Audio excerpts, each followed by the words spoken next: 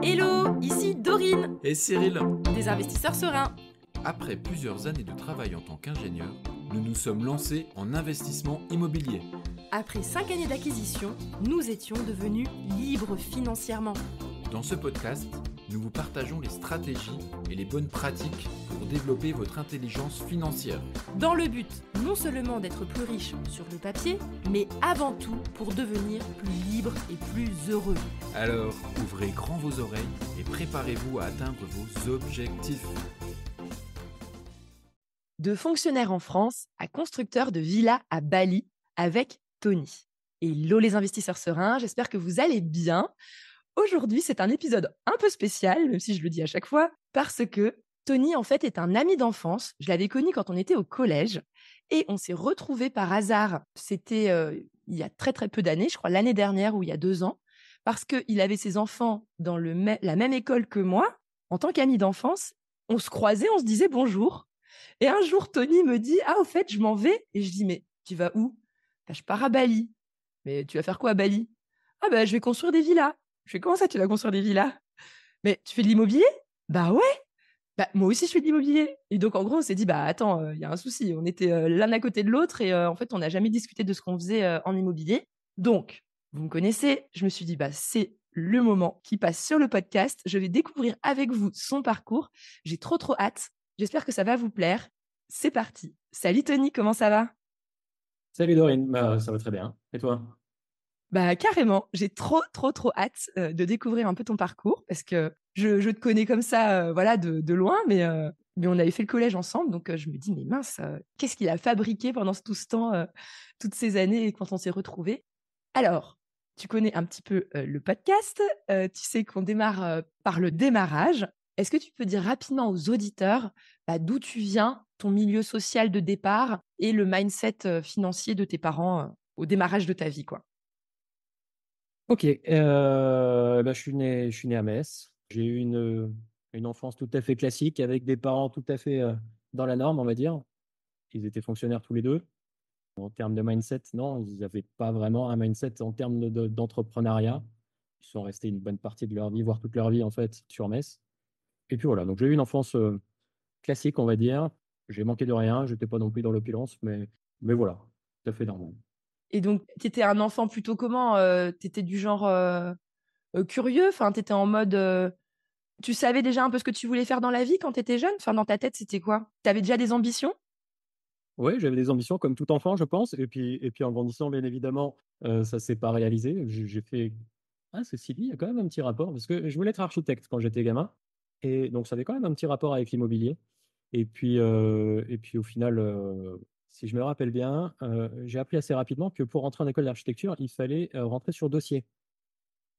Et j'ai compris que mon dossier scolaire allait poser problème, non pas forcément par rapport à mes résultats, mais par rapport à, on va dire, j'étais un enfant assez agité en classe.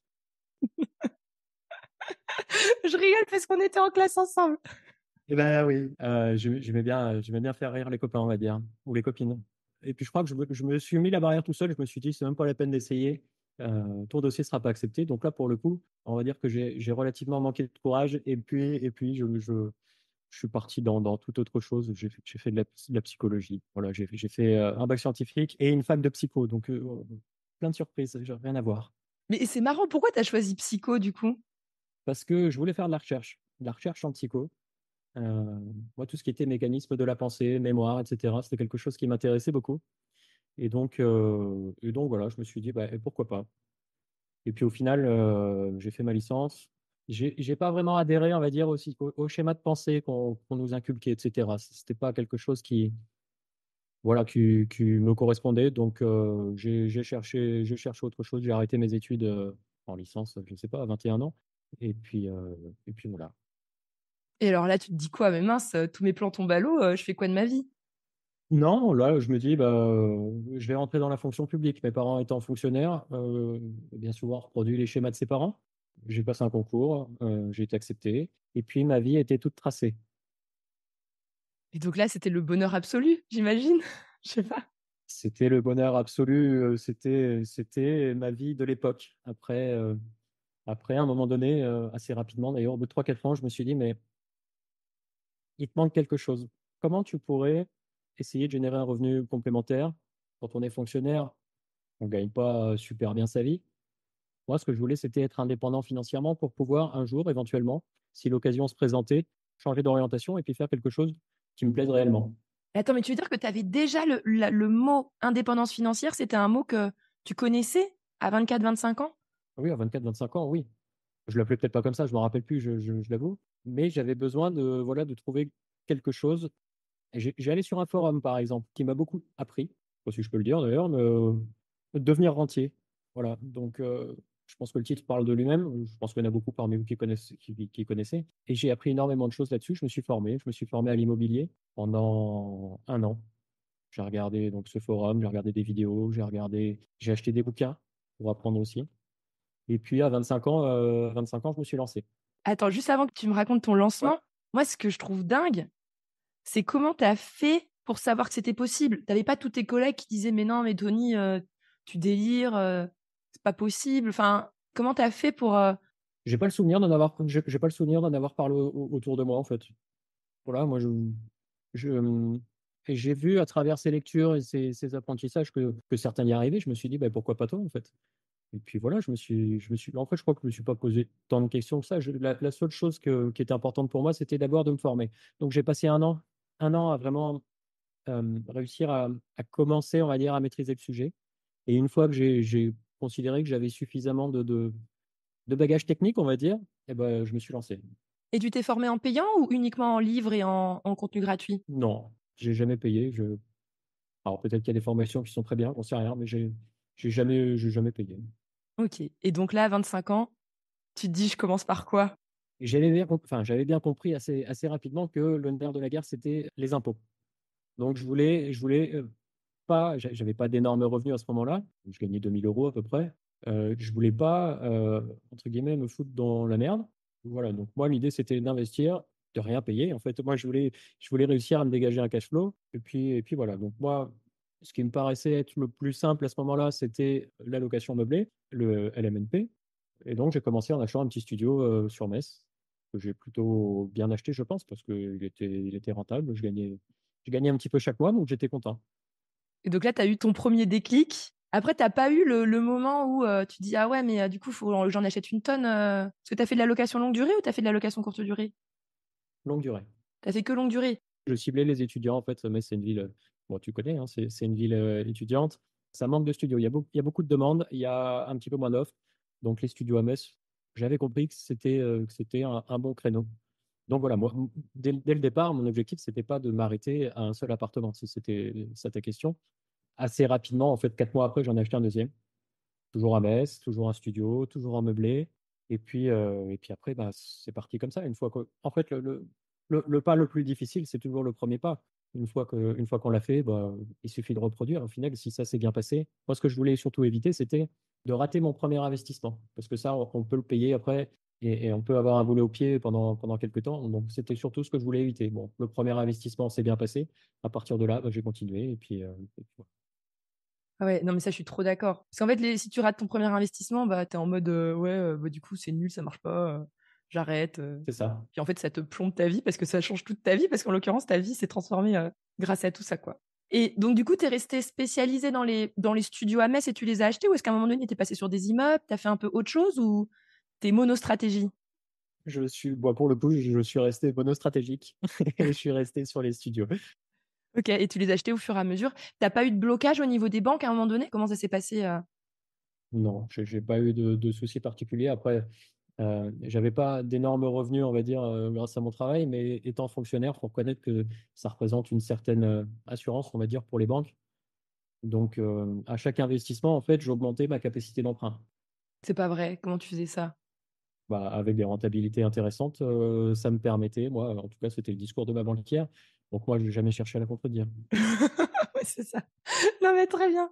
Ouais, peut-être qu'elle faisait un calcul différentiel, enfin, pour les gens, Peut-être. voilà, OK, très, très bien. Pour info vite fait pour le calcul différentiel, c'est que du coup, elle prend le cash flow comme revenu supplémentaire et du coup, ça augmente au fur et à mesure. Hélas, aujourd'hui, c'est pas forcément le calcul qui est pris en compte, mais si un banquier, prend ce calcul, dites: «Oui, oui, évidemment, c'est très bien comme calcul». Bien sûr. OK, donc trop bien. Donc tu as pu enchaîner, et est-ce que tu es arrivé à un moment où tu t'es dit: «Non, mais attends, je peux arrêter de bosser?» Enfin, parce que tu vois, il y a toujours le moment quand on investit, tu vois, il y a le moment de bascule où tu te dis: «Mais attends, c'est pas mal ce que j'ai déjà construit, ça va quoi être la suite de ma vie?» tu vois? Enfin, tu arrivé à c'est au bout de combien d'années d'investissement là que tu as réussi à arriver à ce stade-là? En fait, j'y suis jamais arrivé. J'y suis jamais arrivé parce que, je pense que, enfin, pour mon cas personnel, pour arriver à cette réflexion-là, il aurait fallu que j'ai un objectif derrière. J'arrête de travailler, OK, mais pour faire quoi? Moi, je suis pas dans un état d'esprit où je me dis, «OK, bah, maintenant, tu fais plus rien. Tu te lèves le matin et puis on verra ce qui se passe». Je j'arrive pas à fonctionner comme ça. Moi, j'ai besoin d'avoir un objectif, voilà, j'ai besoin de me donner des challenges et cetera et en fait, je crois que je suis pas arrivé pour répondre à ta question, je suis pas arrivé à ce stade-là parce que j'ai pas trouvé cet objectif jusqu'à un certain moment. Jusqu'à un certain moment. Alors attends. Donc en gros, ce que je comprends, c'est que, en gros, tu te disais: «Mais de toute façon, je vois pas ce que je vais faire d'autre, donc je continue et puis je verrai bien». C'est ça en gros, un peu en mode, C'est pas que je voyais pas ce que je pouvais faire d'autre, c'est que je voyais pas ce que je pouvais faire d'autre qui me rendrait heureux. Voilà, qui m'apporterait quelque chose de plus. Donc à partir de là, bah, moi, je me plaisais dans mon travail, voilà, je m'entendais bien avec mes collègues et cetera. Ça se passait très bien, j'avais pas de raison particulière de changer. OK. Jusqu'au moment où parce que là, au moment où on parle, tu es quand même dans une villa à Bali, donc il y a quand même eu un changement à un moment donné. Donc c'est quoi qui a fait que Beh, jusqu'au moment où je me suis dit, «Et maintenant qu'est-ce qui se passe?» Et j'avais l'impression, pour le coup, là, j'avais l'impression de commencer à stagner un petit peu et ce que je faisais ne me suffisait plus. Et parallèlement à tout ça, la situation en France et cetera ne me convenait plus non plus. Les orientations qui sont prises, voilà, moi, ce que je vois de la France aujourd'hui, enfin, depuis quelque temps maintenant, ça c'est pas dans cet environnement-là que j'avais envie de voir mes enfants évoluer. Donc, bon, on a eu la chance avec mon épouse de voyager un petit peu et cetera. On a pu, comparer un petit peu ce qu'on pouvait trouver en France, qu'on pouvait trouver ailleurs et puis ma femme étant indonésienne, pour le coup, bah, je crois que Bali s'est imposé naturellement. On était venus plusieurs fois en vacances ici et puis en fait, bah, tout ce qu'on y a trouvé nous a plu et ça correspondait, on va dire, en termes de critères, ça correspondait à tout ce qu'on recherchait. Le critère numéro un, c'était que nos enfants puissent s'épanouir aussi. On avait besoin qu'il y ait une école française, on avait besoin, voilà, de tout un tas de choses et en fait, Bali, remplit tous ces critères. Donc on a décidé, voilà, on s'est dit: «Bah, allez, hop, à partir de maintenant, la décision est prise, on part dans 2 ans». trop bien. Alors non, mais c'est hyper intéressant parce qu'en l'occurrence, Cyril et moi, on est dans la même réflexion aujourd'hui, tu vois? On est aussi en mode, on sait que notre avenir, long terme, n'est pas à Metz, tu vois? Qu'il y a autre chose, tu vois, OK, qui nous attend et justement, c'est marrant, ça m'intéresse ta démarche parce que nous, on est un peu en mode, tu vois, moi, j'ai mon mari n'est pas, indonésien donc tu vois, on sait pas où aller et du coup, vous avez vraiment eu un moment où vous vous êtes dit: «OK, on se pose, les différents pays qui existent, les options qu'il y a». En gros, tu savais que tu voulais t'expatrier et l'expatriation était un vrai projet pour toi, en fait? alors pour moi, oui, pour ma femme, beaucoup moins. J'ai galéré un petit peu à la convaincre, c'est elle qui voulait pas venir à Bali. Ah ouais? Ouais, mais pour moi, c'était une évidence. Je me voyais plus continuer en fait, à vivre en France, tout simplement, voilà. Et puis à tel point que, bah, quand on a pris la décision de partir 2 ans après, au final, on a réduit la durée, on est parti 1 an après parce qu'on s'est dit: «Mais en fait, qu'est-ce qu'on peut pas faire ici en 1 an qu'on pourrait faire en 2 ans?» Je sais pas si je l'ai dit dans le bon ordre là. Ouais, mais j'ai compris l'idée. 1 an suffit pour régler nos affaires ici. Pourquoi attendre 2 ans, en fait? On perdrait du temps et puis voilà, donc là, branle-bas de combat. On avait prévu de se marier, il a fallu avancer le mariage du coup. Donc on avait prévu un grand mariage, on a fait un petit mariage. On a revendu nos biens, on a revendu la maison, on a revendu les voitures, on a tout vendu et là, aujourd'hui, on n'a plus rien en France. Donc Ah ouais, donc tu avais 1 an pour liquider tout ton parc immo, quoi? il y a des biens qu'on a vendus encore un petit peu après, mais la quasi-totalité était vendue, pendant l'année-là. Ah ouais! Mais c'est intéressant. Je sais pas si tu veux bien, nous dire, mais pourquoi tu t'es pas dit: «Ouais, je garde deux trois trucs, comme ça j'ai un peu de dette en France». Tu voulais sortir un max de cash ou c'était quoi le la logique? Parce que quand je fais quelque chose, je vais jusqu'au bout, en fait et là, je me suis dit: «Bah, quitte à partir, pars. Ne te retourne pas, n'aie plus d'attache, on va dire, matérielle en France» et puis voilà. Parce que le problème, c'est que si on se laisse une porte de sortie, on se donne pas à fond. En fait, tu as brûlé tous tes bateaux, quoi. C'est l'expression. Oui, quelque part, bon après, oui, après on n'est pas parti les mains vides. On les a brûlés d'une certaine manière, Mais effectivement, moi, dans la vie, je me dis toujours, donne-toi à fond et ne te laisse pas de porte de sortie. Si tu te laisses une porte de sortie, tu vas te chercher des excuses pour pas atteindre ton objectif. Ah, j'adore. Putain, moi, je suis madame porte de sortie. Moi, j'ai toujours plan A, plan B, plan C, plan D. Mais t'as raison, t'as raison. Trop bien. Waouh. Mais en plus de ça, je trouve que ça peut être intéressant pour les auditeurs que tu nous expliques un peu comment du coup, tu as quand même une expérience en vente d'appartements. Comment tu as géré ça? Comment tu as géré tes ventes? Tu as donné un agent? La dernière année a été quand même très chargée entre le mariage, voilà, tout ce qui a les choses dont on a à s'occuper parce que bon, c'est pas rien quand même une expatriation, donc il y a beaucoup de choses. Là, pour le coup, moi, j'ai pas voulu m'embêter, j'ai tout donné et puis j'ai laissé faire au final. Ok, tu avais une agence de confiance, c'est toi qui as posé tes prix. Tu vendais tes apparts en mode investissement clé en main et tu récupères mon locataire et c'était quoi ton idée? Oui, oui, il y avait les locataires dedans encore, ouais, ouais, tout à fait. Ok, donc tu as tout vendu, tranquillou, avant la montée des taux en plus, j'imagine, donc avant la baisse de l'immobilier là en France. Pas le meilleur moment, mais pas le pire. Ok, donc nickel. Et du coup, tu t'es dit, mais qu'est-ce que je vais foutre à Bali, quoi? Parce que toi qui veux toujours faire quelque chose dans ta vie et tu veux pas ne rien faire, du coup, tu t'es dit, qu'est-ce que je vais faire? Alors moi, je m'étais dit l'objectif initial, enfin, quand on a eu le déclic, on va dire, de partir à Bali, on s'est dit: «On va construire 2 villas et puis on va vivre des revenus générés par ces villas et après, on verra». À Bali, il y a tout un tas de possibilités et cetera, on trouvera sur place et puis on est arrivé à Bali, enfin, c'était le voyage d'avant. On a fait un voyage, en fait, en octobre 2022. En octobre 2022, on a fait un voyage ici pour préparer notre arrivée. Nous, on est arrivé en juillet 2023. Donc, pendant ce voyage, on a fait du repérage un petit peu. On est allé voir des constructeurs parce qu'on voulait faire construire nos villas. Et quand on a fait le tour, on s'est rendu compte que, en termes de prix, par rapport aux prestations, ça ne nous convenait pas du tout. Donc, on a abandonné ce projet de faire construire des villas. Et puis, on s'est dit, eh ben, on verra une fois qu'on sera arrivé. Et une fois qu'on est arrivé, on s'est dit, mais en fait, on va les construire nous-mêmes, les villas. Et puis, on va les proposer aussi à des clients. Mais on ne va pas faire ça sur le modèle de ce qui se fait actuellement parce que ça ne nous convenait pas éthiquement et voilà, sur tout un tas de choses, ça ne nous convenait pas. Donc, on s'est dit, notre credo, ça va être de proposer des villas pour les investisseurs. Parce qu'on était investisseurs en France, on a voulu créer une société destinée aux investisseurs, avec des réels rendements, avec voilà, enfin, tout ce que peut attendre un investisseur en France, d'un bien en France. Nous, on a voulu l'adapter, on va dire, à Bali, avec des prix qui sont cohérents par rapport au marché balinais. Et c'est intéressant parce que tu parlais que tu voulais avoir ton plan avant de te projeter de partir de France. L'histoire de construire des villas, tu l'avais quand même déjà un petit peu dans un coin de ta tête quand tu avais acté On part à Bali, ou tu savais pas du tout ce que tu allais faire à Bali et c'est le hasard qui a fait que tu es tombé là-dessus? Au départ, on ne voulait pas du tout construire des villas. Enfin, c'était pas dans notre objectif. On était parti sur un autre projet, voilà, en rapport avec la petite enfance, etc. On avait d'autres idées. Et puis, en fait, bah, c'est le fait de discuter avec les constructeurs qu'on a pu rencontrer lors de notre voyage de préparation, on va l'appeler comme ça. C'est ces entrevues-là qui nous ont fait nous dire, mais non, en fait, c'est ça qu'il faut qu'on fasse.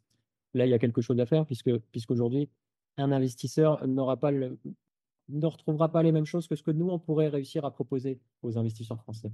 Trop bien. Alors, on va creuser après ce que vous proposez. Ça m'intéresse parce que j'ai plein de questions ouais, sur les villas à Bali. Juste avant, parce que ça m'a titillé ma curiosité. Tu as dit que vous aviez un projet sur la petite enfance. C'était quoi votre idée à ce moment-là? C'était d'ouvrir un grand parc de jeux pour les enfants. Trop bien. Vous vouliez faire un parc d'attractions, quoi, un truc. Ouais, alors pas un parc d'attractions, hein, un peu plus petit, mais voilà, un parc de jeux pour les enfants. Ok, trop bien. Et donc, du coup, ça va, tes enfants sont pas déçus en mode Papa, il est où mon parc? On leur en avait pas parlé. Ah ouais, Ça, c'est pas bête. ce genre de choses, il faut pas, il faut pas leur dire. Très bien. Ok, ok. Donc, en gros, donc, en fait, maintenant, ouais, ça va m'intéresser parce que moi, je t'avoue, je vais faire une petite intro aussi pour les auditeurs sur ma vision. Nous, on a de l'immobilier en France, on a de l'immobilier au Canada via notre meilleur ami qui a investi au Canada. Moi, j'aime bien l'idée de me diversifier dans le monde et surtout quand on a du cash. Moi, c'est ce que je dis toujours enfin, dans le podcast. Tu utilises la dette pour investir en France, mais si tu as du cash, bah, tu vas pas acheter de l'immobilier cash en France, ça n'a aucun intérêt. Autant acheter de l'immobilier cash ailleurs dans le monde. Comme ça, tu te diversifies et tu utilises la dette en France et tu utilises ton cash pour investir ailleurs. Donc, nous, c'est ce qu'on a fait. On a investi au Canada. Mais je me dis, il faudrait que j'en ai un petit peu aux quatre coins du globe. Donc, on va parler un peu de Bali pour voir si ça va me donner envie ou pas d'investir à Bali. Franchement, j'ai plein de questions, je ne sais même pas par laquelle commencer. J'aurais dit déjà, c'est quoi le marché aujourd'hui immobilier balinais? Si tu pouvais un petit peu expliquer, c'est parce que je connais pas du tout Bali. Enfin, peut-être tu pourrais juste nous expliquer comment c'est Bali, quoi. Est-ce que c'est genre une grosse ville, une petite ville? Bali, c'est une île déjà. C'est une île dans laquelle il y a plusieurs villes. Ah, ok, bah tu vois. Ouais, donc on part de loin avec moi. Toute l'activité, enfin, on va dire une grande partie de l'activité locative se trouve au sud de Bali. Donc, on a une grosse concentration de villas et de biens locatifs dans le sud de Bali. Bali, c'est 20 millions de voyageurs à l'année.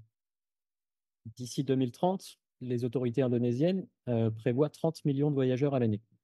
Donc 2030, c'est demain. Aujourd'hui, il y a du monde à Bali, il y a encore de la place, et on a un marché qui est en constante évolution. Parce que c'est une île, parce que c'est pas bien grand. Bali, c'est les 2 tiers de la Corse. Donc c'est pas immense. Les terrains, bah, ils sont pas extensibles. À un moment donné, il y en aura plus. Euh, donc voilà, on va dire que le marché est sans cesse haussier. Voilà.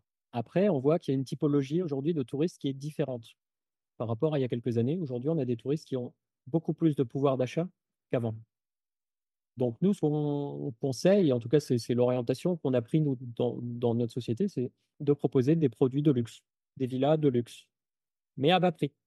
Et voilà, aujourd'hui, un touriste préfère mettre 50 euros de plus dans une nuitée et puis avoir quelque chose qui est un petit peu Instagrammable, quelque chose qui a des spécificités, une villa qui a des spécificités très sympas pour les partager sur les réseaux sociaux, etc. Donc nous, on est sur ce créneau-là, tout en gardant des prix maintenus. En plus, c'est logique comme Bali est une île. Je pensais que c'était la ville, tu vois, moi, qui était sur une île, tu vois. Donc, comme Bali est une île, c'est logique que les gens ils prennent l'avion pour venir. Bah, tu sais, t'es plus à 50 euros près pour la nuit, t'as enfin autant de te payer un truc bien, Ouais, quoi. tout à fait, tout à fait. Et puis les gens viennent chercher. Les gens viennent chercher une expérience à Bali. C'est pour beaucoup de personnes, Bali, c'est le voyage d'une vie. Donc ils sont prêts à ce moment-là, voilà, ben, pendant 15 jours, pendant 3 semaines, ils sont prêts à faire des efforts qu'ils ne feraient pas ailleurs. Et donc aujourd'hui, il y a un gros créneau de ce côté-là. En tout cas, c'est ce qu'on remarque. Et il fait bon vivre à Bali. Enfin, c'est une vie. Non, c'est horrible. Non, non, je sais pas, c'est une vie agréable. Je sais pas, les gens ils sont sympas. Enfin, Et Bali, c'est connu justement pour la joie de vivre, le sourire, etc. de ses habitants. Il fait beau très souvent, la plupart du temps. Voilà, on sort de la saison des pluies, là, très franchement. Bon, aujourd'hui, il fait un petit peu gris, euh, mais on a eu allez, 3 semaines, un mois de pluie. Bah, je suis de Metz, je le disais tout à l'heure. À Metz, il fait gris 8 mois dans l'année, il fait froid. Et voilà, donc oui, non, en termes de climat, ça n'a effectivement rien à voir. Et puis, étant donné que c'est une île, en fait, tout est accessible autour. On peut aller à la plage, voilà, en 5 minutes, tu es à la plage. Tu peux aller boire un cocktail, tu peux aller dans les centres commerciaux. Bali, ça s'est énormément développé en termes d'infrastructure. Aujourd'hui, il manque plus rien à Bali. Bali s'est développé d'un côté, et de l'autre côté, si on va un petit peu plus loin, on peut aller voir les rizières, on peut aller voir la jungle, on peut se promener dans la nature. Voilà. En fait, il y a à peu près tout à Bali. et alors, parce que maintenant on va rentrer dans la technique un petit peu de l'investissement, je vais te poser plein de questions. Déjà, je sais même pas c'est quoi le régime politique là-bas. C'est Une démocratie, c'est une démocratie. ok, une démocratie. Et ensuite, imagine, on achète un terrain, on peut acheter et on est propriétaire d'un terrain, ou est-ce que c'est un truc spécial? Partout en Asie du Sud-Est, enfin, souvent en Asie et partout en Asie du Sud-Est, on peut pas, tant qu'on n'est pas, enfin, si on n'est pas indonésien, on peut pas acheter un terrain. On peut pas être propriétaire d'un terrain. Donc, on va faire ce qu'on appelle du leasehold. C'est une location qui va durer 20, 25, 30 ans et pendant laquelle on aura le droit d'exploiter le terrain comme bon nous semble. On peut le garder et ne rien faire dessus.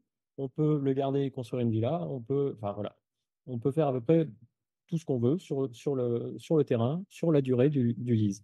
Souvent, ça peut être considéré comme un frein pour les gens qui nous contactent. Ils nous disent, oui, mais moi, je veux pas mettre, je dis n'importe quoi, je veux pas mettre 100 000 euros, 200 000 euros dans une villa parce que je me dis, ben, dans 25 ans, j'ai plus rien.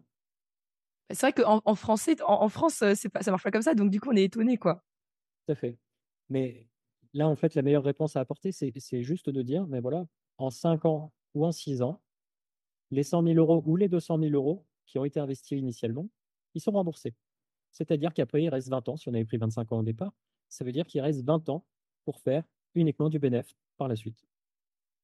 En fait, c'est un avantage énorme, ce système de l'ISOL, parce que ça permet d'avoir accès à un terrain et de pouvoir utiliser un terrain sans en payer sa valeur réelle. Ah oui, c'est logique. Eh bien oui. Et de plus en plus d'Indonésiens aujourd'hui, malgré le fait qu'ils aient le droit d'être propriétaires d'un terrain, pour leurs investissements, ils passent aussi par le LISOL. Il y en a de plus en plus aujourd'hui qui font ça, parce que ça nous permet d'avoir un taux de rentabilité qui est assez incroyable. Et donc le leasehold, donc ça veut dire que c'est forcément un Indonésien qui est propriétaire du terrain, qui lui va recevoir un loyer annuel ou mensuel. Tout peut se négocier à Bali. Après, en règle générale, et la plupart du temps, on paye tout en une fois, au moment de la signature chez le notaire. Donc tout se fait chez le notaire, etc. En fait, pour tout ce qui est administratif, etc., ça se passe exactement comme en France.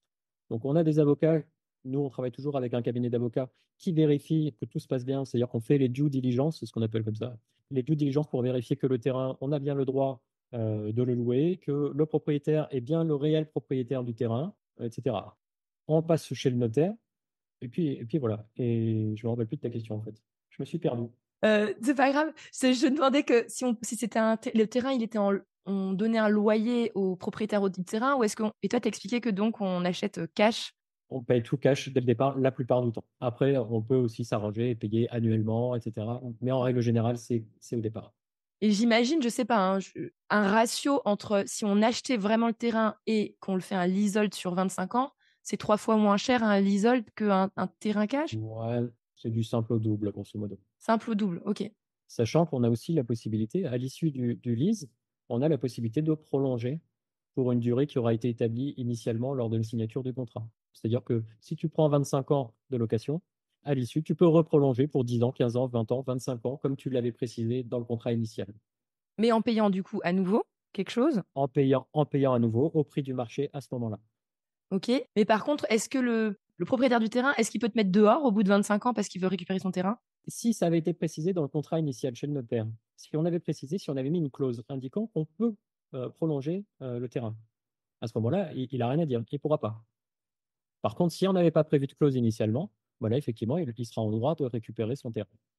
OK. Trop bien. Et alors, parce que tu as quand même construit une villa dessus, donc le gars, il récupère la villa et elle est plus à toi après? Ou est-ce qu'il doit C'est un petit ça. dédommagement pour construction de Non, villa? non, non. Non, non, il récupère son terrain avec tout ce qu'il y a dessus. OK, OK. Non, mais c'est juste pour être clair. Mais encore une fois, la villa aura été payée 4 fois à ce moment-là. Bah oui, c'est ça en fait. Donc, très, très bien. OK, donc ça, c'est logique. Et question, enfin, je te donne un peu toutes mes questions comme ça, c'est vraiment ça me vient comme ça. Je t'en prie, je t'en prie. En fait, il y a pas, beaucoup, beaucoup de monde qui fait ça?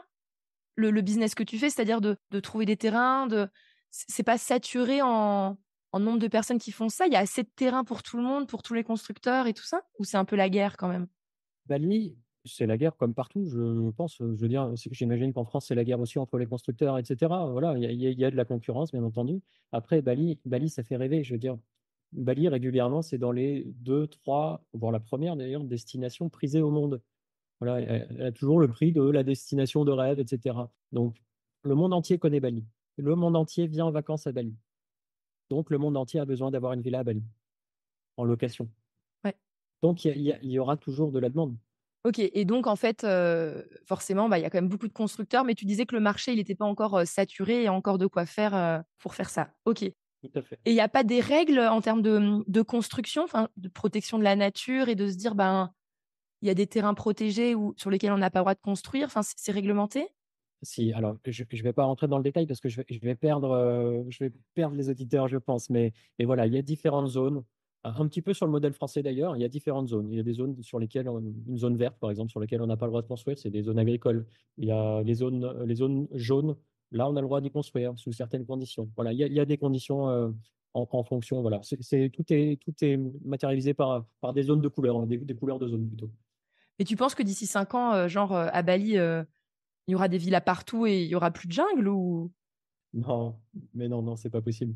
C'est pas possible.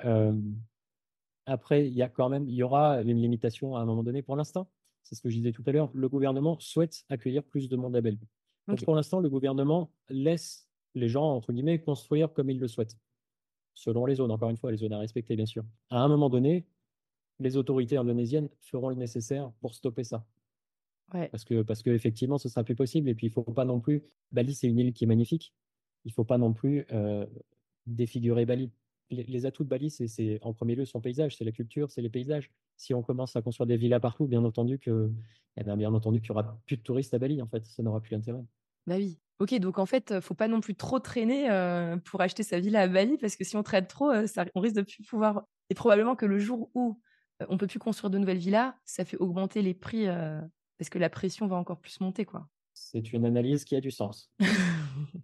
OK, donc ça, j'ai compris. Maintenant, alors, j'ai encore plein de questions. Déjà, imagine, tu trouves ton terrain. Tu as réussi à trouver ton terrain. Maintenant, qui construit? Tu connais des gens, toi, sur place, qui sont des constructeurs? Tu traites avec eux? Tu as une équipe à toi que tu as créée? Comment toi, tu vois les choses? Nous, on a un partenariat avec une équipe de constructeurs.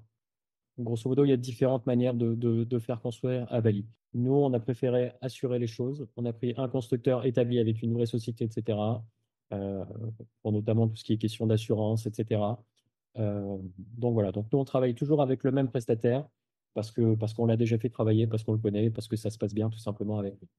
OK, donc vous avez votre équipe de construction et ensuite question de remarque parce que j'ai parlé à des amis de ma nouvelle idée de me dire: «Ah tiens, si on achetait une villa à Bali» et en fait, les gens, ils ont commencé à me dire c'est quoi leur peur? Tu sais c'est quoi? C'est: «Non mais c'est hyper humide, tu verras, tu construis une maison, en 5 ans elle est pourrie, tu es bon pour la reconstruire».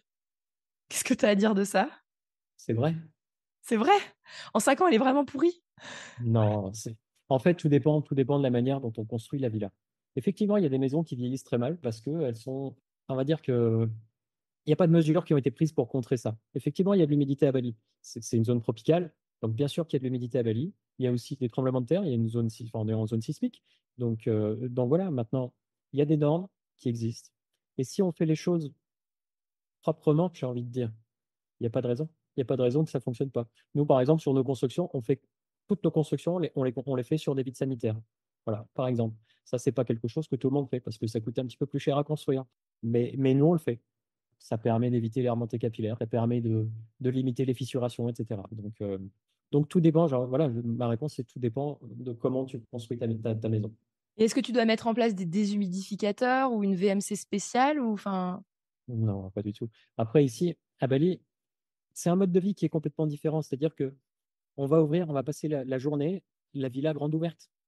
Il y a des villas, beaucoup de villas, d'ailleurs les villas un petit peu plus traditionnelles, ont un salon ouvert. C'est pas fermé. Donc on n'a pas besoin de tout ça. Ici, tout est toujours ouvert en fait. On ferme juste le soir pour mettre la clim parce que ça fait du bien de se rafraîchir en fin de journée. Mais c'est tout. Sinon, tout le reste toute la journée, la villa est ouverte. OK, OK. Et donc ça, tu as pu le constater, donc de voir des villas en tout cas, tu as vu qu'il y a des villas qui vieillissent mal et tu as pu comparer avec des villas qui ont bien vieilli et OK. Oui, tout à fait. Nous, ce qu'on voulait, on est venu quelques fois en vacances. On a vu des villas, effectivement, qui avaient des traces d'humidité sur les murs, qui avaient ci, qui avaient ça. Si on veut, nous, on a une boîte maintenant relativement jeune. Si on veut avoir une bonne réputation, etc., on ne peut pas se permettre de construire comme ça. Donc, on a eu besoin, nous, de mettre en place des schémas de construction, etc., qui nous permettent justement d'éviter ce genre de problème. OK, donc là, j'ai bien compris. Donc OK, donc tu m'as rassurée pour l'humidité et ensuite, j'avais la question, c'est que, bah, une fois que c'est construit, tu les mets en location courte durée et tu les mets sous gestion? Enfin, comment tu gères tout ça? Il y a une grande partie des villas ici qui sont louées effectivement à la nuitée, donc en courte durée. Après, depuis le Covid, on a eu une augmentation assez incroyable, on va dire, du marché en termes de location longue durée. Les prix ont explosé. Donc aujourd'hui, ça peut avoir du sens aussi de louer à l'année. C'est moins rentable, mais ça peut se faire. On va dire que ça peut être, moi je le considère plus ça comme une solution de secours. Demain, j'ai ma villa, je la mets en location, il se passe quelque chose, il y a un nouveau Covid. Qu'est-ce que je fais? Eh ben, j'ai la possibilité de le mettre en location longue durée. Parce qu'ici, il y a beaucoup d'expatriés, etc. Ça se loue très bien. Et ça permet d'avoir un rendement qui est quand même qui est quand même très intéressant parce qu'on dépasse les 10% en longue durée, net. Donc voilà. Après, pour ce qui est de la gestion locative, nous, on a un département gestion locative dans notre société. Nous, on ne veut pas s'occuper, pour revenir un petit peu sur ta remarque précédente, en gestion locative, on ne veut pas s'occuper des maisons qui ont été construites par d'autres. Nous, on veut simplement gérer nos villas. Parce qu'on sait comment on les a construites et qu'on ne veut pas être embêté toutes les 5 minutes avec un truc qui ne va pas et les WC qui fuient, enfin, bref, peu importe. Donc, nous, on veut gérer nos propres villas parce qu'on sait comment on les construit. Donc voilà, on se limite à ça. Donc pour nos villas, on les gère nous-mêmes. OK, et c'est pas compliqué de trouver du personnel justement pour gérer la villa? À Bali, il y a du monde, qui est motivé et qui fait bien son travail, pour les prestations de ménage et tout ça? Il y a une qualité de service à Bali qui est assez incroyable et je pense que j'ai jamais trouvé mieux ailleurs. C'est-à-dire qu'ici, les gens sont serviables et ils ont envie de travailler. C'est pas forcément le cas partout. Aujourd'hui, nous, bon, on a nos réseaux pour recruter du personnel. Si on a besoin de trouver quelqu'un, en moins d'une heure, on a trouvé quelqu'un. Aujourd'hui, c'est hyper facile à Bali d'avoir du personnel. Après, il y a une flexibilité qu'on n'a pas en France. Si demain, quelqu'un ne satisfait pas aux exigences, il peut s'en aller très vite. Trop bien! Non mais là franchement, moi j'ai trop envie d'acheter une villa à Bali. OK, donc je suis assez convaincue, c'est chouette. Est-ce qu'il y a aussi toute une problématique d'emplacement où il y a des villas qui sont bien placées? Ou est-ce qu'il y a une sorte de réseau, je sais pas, de transport en commun ou je sais pas comment les gens se déplacent à Bali qui fait que, bah, au final, c'est assez large ou est-ce qu'il y a vraiment des secteurs précis où il faut être et d'autres secteurs qu'il faut éviter? Des secteurs qu'il faut éviter. En fait, ce qu'il faut simplement, c'est se rapprocher des lieux touristiques.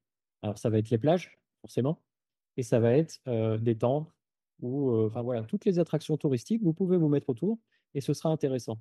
Après, bien évidemment, si vous construisez une villa au milieu d'une rizière où vous ne pouvez pas accéder, vous ne la louerez pas. Donc, en fait, les seules zones à éviter, c'est ça. Maintenant, forcément, plus on se rapproche des zones hyper touristiques, etc., plus les terrains sont chers.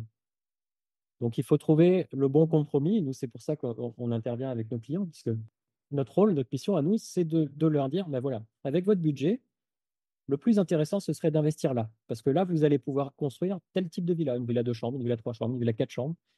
C'est la plus-value, on va dire, et c'est le petit côté dont je te parlais tout à l'heure, le petit côté investisseur qu'on propose en plus. OK, non mais j'ai bien compris et là maintenant, je peux rentrer dans le concret un peu juste pour comprendre le mécanisme. Imagine là, je te dis: «Go, vas-y, moi j'achète une villa, avec toi, je te fais confiance, Mhm. c'est parti». Comment ça marche en fait? Tu proposes des terrains, des villas et toi comment tu te rémunères? Tu prends un pourcentage sur la transaction globale ou il y a une autre méthode de rémunération que j'ai peut-être pas pensé? Alors, si demain on travaille ensemble, demain, tu m'exposes ton budget, on se met d'accord sur une localisation et sur un type de villa. Une fois qu'on a fait ça, nous, on recherche un terrain pour toi. Une fois qu'on a trouvé, on te fait des propositions, on te montre, on t'envoie des photos, de localisation GPS, etc., jusqu'à ce que tu valides. Une fois que tu as validé, on va chez le notaire. On te représente chez le notaire via une procuration, sauf si tu as envie de te déplacer, mais bien souvent, les clients, ils ne se déplacent pas pour signer chez le notaire, donc on fait ça par procuration. Et à partir de ce moment-là, eh bien, notre relation se démarre réellement. On va dire que jusque-là, on n'avait rien acté, c'est-à-dire que on trouve un terrain pour nos clients à la confiance. On signe rien, il n'y a pas de contrat, il n'y a pas de rémunération, il n'y a rien du tout. Par contre, une fois que le terrain est signé chez le notaire, là, on fait un contrat, là, on lance la construction, etc. Enfin, on fait les plans de la villa, parce qu'on individualise chacune des villas. Et puis, on part sur une dizaine de mois. Là, à partir de ce moment-là, il faut compter une dizaine de mois avant la remise des clés de la villa. Alors, j'ai pas compris la phrase: «On individualise la villa», ça j'ai pas compris. Bah, l'idée, c'est que chaque client, chaque investisseur mette sa touche personnelle dans la villa. Donc, on essaie, nous, Personnalise on en veut, fait, c'était ça? voilà, c'est ça, c'est ça, c'est ça. OK, et vous prenez un pourcentage sur, la vente du terrain déjà? Non, non, parce que le terrain, on n'intervient pas. Nous, on est juste là pour présenter un terrain. OK. C'est sur la construction du coup, que vous prenez une marge? Voilà, tout à fait. OK, En fait, exactement comme un constructeur français. OK, et donc juste pour, donner un ordre d'idée aux gens, c'est quoi genre, le plus petit budget possible et le plus gros budget possible? Même si j'imagine qu'il y a jamais de limite dans le plus gros, tu vois? Mais c'est quoi un ordre de grandeur? On peut construire aujourd'hui à moins de 100 000 euros pour quelque chose de qualitatif, une villa, une chambre avec piscine. Pas partout, hein, bien sûr, mais sur des endroits qu'on a sélectionnés et qui peuvent être intéressants, à moins de 100 000 euros. À 90 000 euros, on peut commencer à construire. Terrain inclus, hein, bien sûr. Et puis, comme tu l'as dit, il y a pas de limite dans l'autre sens. Les plus gros que vous ayez vus ou fait, c'est genre 200, 300, 400? Je sais pas, juste pour avoir un ordre d'idée, quoi. Qu'on ait vu ou qu'on ait fait? Bah, vu ou fait, parce que je sais pas, j'imagine pas que vous en ayez fait 50, si ça fait un an que vous faites ça, ou en tout cas proposé, quoi. On a des villas qui peuvent atteindre 1 million d'euros. Mais pour 1 million d'euros, on a une villa qui coûterait 15 millions en France. OK, ouais, ouais. Ouais, non, mais moi j'ai pas 1 million de cash, pour le moment. C'est bien dommage. C'est bien dommage. Non, mais je pense que je ferai un truc plus intermédiaire. Imagine genre une villa avec 4 chambres, par exemple. Aujourd'hui, tiens, je vais te donner un exemple. Aujourd'hui, on est en train de faire une levée de fonds pour un achat groupé sur Ubud. Ubud, c'est le centre culturel, on va dire, de Bali. Ok. C'est magnifique, c'est très connu. C'est une étape obligatoire quand on vient en vacances à Bali. Aujourd'hui, on est en train de faire une levée de fonds pour une villa 5 chambres qui sera magnifique, vraiment très haut de gamme, avec énormément de petites surprises dedans, etc. C'est un projet qu'on commercialise à 400 000 euros. Et c'est une villa qui va générer 10 000 euros par mois. Ok, ouais, c'est pas mal. Enfin, c'est très bien, ouais. Ouais, ouais, ouais. Et donc, attends, donc bien que je comprenne, en fait, ah oui, c'est ça que voilà, le point hyper important qu'on n'a pas du tout abordé, en fait, c'est la fiscalité. Parce que comme tu disais, les impôts, quand t'expliquais ton parcours en France, les impôts, c'est super important. Du coup, à Bali, imagine, j'achète une villa à Bali. Comment ça se passe, en fait? Déjà, est-ce que je suis pas considérée comme une étrangère et du coup, j'ai un impôt particulier? Est-ce qu'il favorise les Indonésiens par rapport aux Français? Comment ça se passe? Il favorise les résidents par rapport aux non-résidents. Maintenant, quand on est non-résident, il faut compter environ 10 à 15%, entre 10 et 15% en moyenne de taux d'imposition Sur tous les revenus? sur les revenus locatifs. Ok, Après, il y a une convention qui a été signée entre l'Indonésie et la France, une convention de non-double imposition. C'est-à-dire que ce que vous avez payé en Indonésie, vous ne le repayerez pas en France. ok. Donc ça, c'est intéressant aussi. Ok, donc ça veut dire que si par exemple, j'achète en nom propre une villa à 200 000 et qu'elle me génère, je sais pas, 20 000 euros par an, je fais un truc simple. Je paye entre 10 et 15% d'impôts à Bali, mais en France, sur ma feuille d'impôt, il n'y a rien qui se passe, quoi. Tu es censé le déclarer. Et quand je parlais de non-double imposition tout à l'heure, je veux dire que ce que tu as déjà payé, tu n'as pas à le repayer. Par contre, tu es censé déclarer tes revenus et donc payer ce que tu aurais dû payer. Par exemple, attends, je vais être plus clair, on va être plus précis. Ok, Si à Bali, tu as payé 15% d'impôts et qu'en France, avec les mêmes revenus, tu aurais dû payer 30% d'impôts, eh ben, tu repayes les 15% en France. ok. C'est-à-dire que tu payes le complément. Tu dois payer le complément en France. Ok, Voilà. ok, ok. Dans la réalité, ça ne se passe pas exactement comme ça. Oui, parce qu'en fait, l'État vérifie pas forcément ce que tu as à Bali, quoi. C'est déclaratif. Ok. Ok. Non, mais c'est bien de le savoir. Évidemment, nous, on recommande d'être dans les règles. Bien sûr, c'est ce qu'on recommande à tous nos clients, bien évidemment. Ok. Donc la fiscalité, c'est clair. Il n'y a pas d'impôt sur la plus-value, vu qu'en fait, il n'y a pas de plus-value, vu que le terrain. Alors, il n'y a pas d'impôt sur la plus-value. Par contre, il y a une taxe lors de chaque mouvement, vente, location du terrain. Si vous êtes résident en Indonésie, vous payez 10% de taxes quand vous vendez un terrain ou quand vous le louez, quand vous le mettez vous-même à la location. Ok. Quand vous êtes non résident, c'est 20%. Alors pour le coup, ça veut dire qu'il n'y a pas de plus-value, il n'y a pas d'impôt sur la plus-value. Par contre, il y a une taxe à la revente. Et mais moi, si je le revends pas, parce que de toute façon, il est récupéré naturellement par le propriétaire. Si tu ne le revends pas, il n'y a pas de taxe. Voilà. Au bout de 25 ans, il le récupère. C'est ça. Il n'y a pas de taxe. Par contre, si je C'est ça. prolonge, il y a une petite taxe. Non, il n'y a pas de taxe aussi si je prolonge. Si tu le prolonges, tu payes pour la durée, les années que tu vas prolonger. Ok. Et c'est le propriétaire qui paye sa taxe, le résident qui habite là. C'est ça. Ok. C'est à la vente. C'est à la vente. C'est quand on se défait d'un bien qu'on doit payer une taxe. Ah oui, donc ça voudrait dire que je vends, entre guillemets, mon. Comment t'appelles ça déjà Le lisol, voilà, tu vends ton leasehold avant la fin, là, tu payes une taxe. Mais si tu attends la fin, tu payes pas de taxe. c'est ça. Très bien, compris. Ok, donc ça, j'ai compris. Et ah oui, et si j'achète via une holding, est-ce que ça change par rapport à l'imposition? Non, Ça change rien? ça reviendra. Non, les taux sont les mêmes. Tout est pareil. Et par contre, en France, par rapport à l'imposition en France, c'est peut-être pas pareil. Parce que du coup, t'as pas besoin de déclarer que tu as de l'immobilier en nom propre vu que c'est ta holding qui le détient. Ouais, peut-être qu'il y a des avantages de ce côté-là. Après, à vérifier avec un avocat fiscaliste ou là, je Ok. ne je suis pas assez calé pour donner une info fiable, on va dire. Ok, non mais ça marche, c'était juste pour savoir. Je sais pas si on a fait le tour ou est-ce qu'il y a d'autres sujets que j'ai pas abordés par rapport à tout ça. Ah si, le prêt bancaire. Ouais, très bancaire. Faut acheter cash du coup ou est-ce qu'il y a un petit espoir de petit crédit? Il y a un tout petit espoir de petit crédit, Ok. uniquement dans le cadre d'un bien qui aurait déjà été financé en France, déjà payé, déjà remboursé. Éventuellement, certaines banques, selon certains critères, peuvent accepter si on met ce bien sous hypothèque, en hypothèque, peuvent accepter de prêter. Mais ça reste un cas très enfin, des cas très à la marge. Donc, on va dire que dans la plupart des cas, il faut acheter en cash. Ok, ça c'est logique hein, pour expliquer rapidement aux gens, c'est que la banque ne prend pas de risque à te prêter de l'argent si elle a une sorte de droit sur ta maison qui est déjà remboursée en France. Parce qu'en fait, c'est comme si tu reprenais un crédit sur ta propre maison, en fait. Donc, elle sait que même si tu l'as investi ailleurs, donc du coup, dans une villa à Bali, c'est logique. Mais ça marche partout, même pour acheter en France. Si tu as déjà un bien IMO, c'est une C'est façon ça, de lever de la dette. Ok, très très bien. c'est ça. Ok, bah, je pense qu'on a fait le tour. Dis-moi si j'ai oublié un truc ou est-ce qu'on est bien? Bah, écoute, moi, je suis bien en tout cas.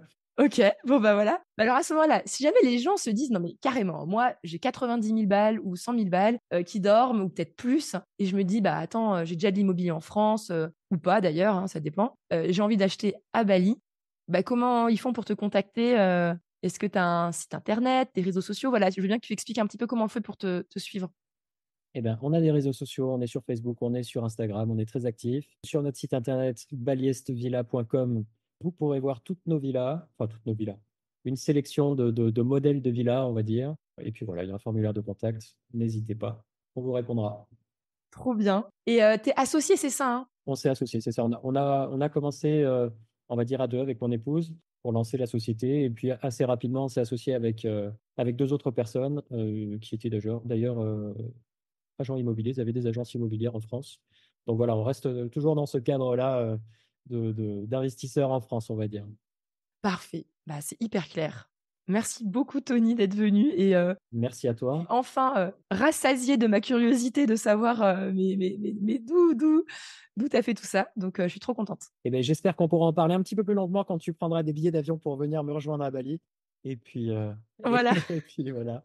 Voilà, j'invite tout le monde à venir parce que c'est vraiment une île qui est magnifique. Il y a un esprit, il y a quelque chose. On parle de la magie de Bali parce qu'on se sent bien à Bali. Je sais pas, c'est inexplicable, mais on se sent bien à Bali. Trop bien, trop bien. Bon, bah peut-être que je m'expatrierai là-bas, on verra. Mais je viendrai voir ma villa si jamais j'achète une villa, je viendrai la voir de toute façon. Avec plaisir. Super. Bah salut, salut. Salut Dorine.